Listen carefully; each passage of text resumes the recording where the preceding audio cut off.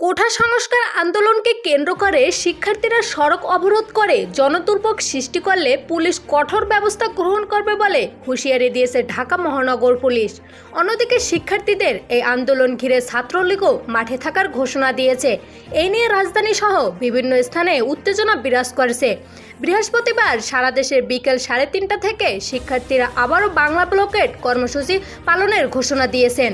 সেই অনুযায়ী প্রস্তুতি হচ্ছিলেন তারা, কিন্তু আন্দোলন ঘিরে পুলিশ ও ছাত্রলীগ পৃথক সংবাদ সম্মেলন করে জনদুর্ভোগ হয় এবং কর্মসূচি থেকে ছাত্রদের সরে আসার আহ্বান জানিয়েছেন।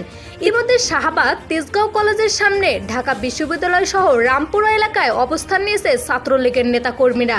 এই বিষয়ে ডিএমপির এক ঊর্ধ্বতন কর্মকর্তা বলেন, আজকে যে কোনোভাবেই রাস্তা দখল করে আন্দোলন করতে দেওয়া হবে না শিক্ষার্থীদের। হাইকোর্টের নির্দেশনা অমান্য করে কাউকে রাস্তায় অবস্থান করতে দেওয়া হবে না। এদিকে পূর্ব ঘোষণা অনুযায়ী দুপুর 3টায় কোঠা সংস্কারের দাবিতে আন্দোলনরত শিক্ষার্থীদের সারা দেশে বাংলা ব্লকেট কর্মসূচি রয়েছে। শিক্ষার্থীদের আন্দোলনে ছাত্রলীগ কোনো বাধা দেবে কিনা জানতে চাইলে সামাদ্দার বলেন, আমরা তাদের আন্দোলনকে স্বাগতম জানিয়েছি, তবে আন্দোলনের নামে শিক্ষার্থী সমাজকে জিম্মি করে জনসাধারণের স্বাভাবিক জীবনযাত্রা ব্যাহত ঘটিয়ে স্মার্ট বাংলাদেশের অগ্রযাত্রা ব্যাহত করলে ছাত্র